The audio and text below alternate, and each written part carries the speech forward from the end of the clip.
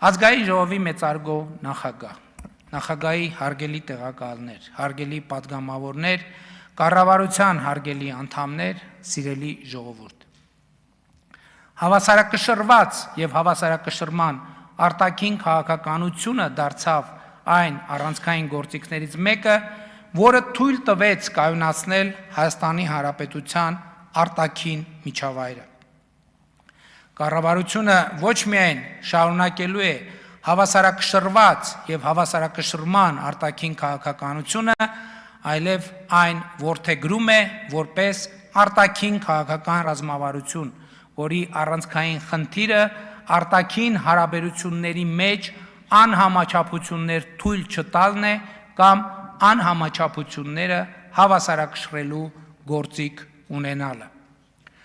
Հավասարակշռված եւ հավասարակշռման արտաքին քաղաքականության մեջ առանցքային դեր ունի տարածաշրջանացումը,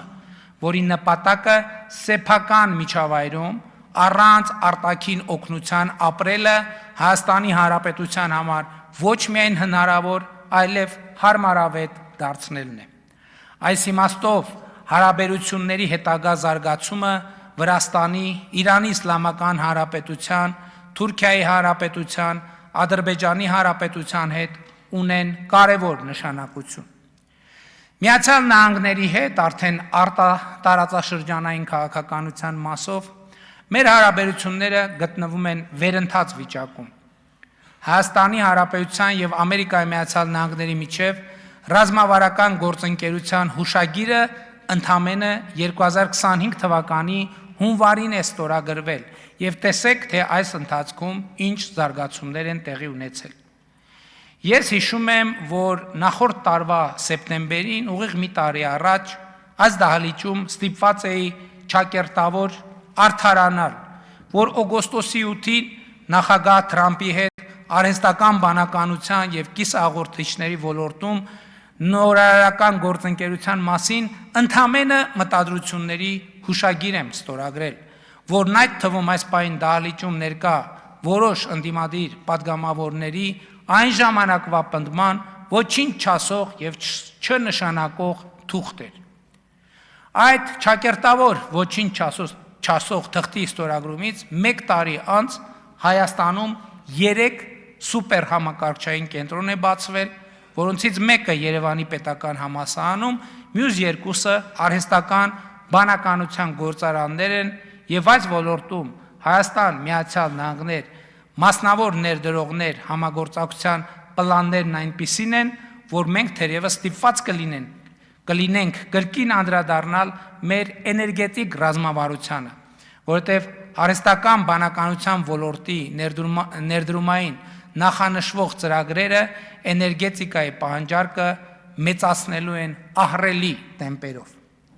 Ամերիկայի Միացյալ Նահանգների հետ մեր հարաբերությունները հիմա արդեն հիմնված են համապարփակ ռազմավարական գործընկերության կանոնադրության վրա, որը բոլորովին վերջերս է ստորագրվել, եւ սա մեր երկրների հարաբերությունների բարձրակետն է։ Վերջին տարիներին մենք ռազմավարական հարաբերություններ ենք հաստատել Վրաստանի, Ֆրանսիայի,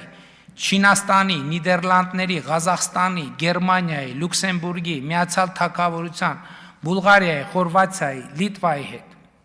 Ֆրանսիայի հետ մեր հարաբերությունները գնալով դառնում են ավելի բազմաչափ ու բազմաշերտ եւ մենք արդեն համագործակցում ենք այնպիսի ոլորտներում, որ նախկինում երբեք չենք գործակցել։ Եվրոպական միության հետ մեր գործընկերության ռազմավարական օրակարգը իրացվում է տեսանելի տեմպերով։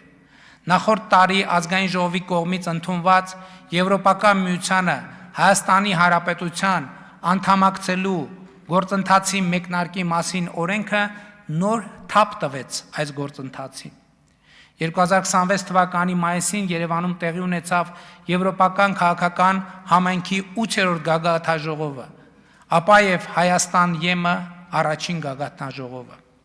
Հայաստանը այսօր միակ երկիրն է, որի հետ Եվրոպական միությունը վիզաների ազատականացման ակտիվ բանակցություններ է վարում, եւ մենք մտադիր ենք Եվրամիության հետ վիզաների ազատականացման հասնել 2029 թվականի ընթացքում։ Հավանիչ տեսանյութը եւ բաժանորդագրվիչ նորությունները բաց չթողնելու համար։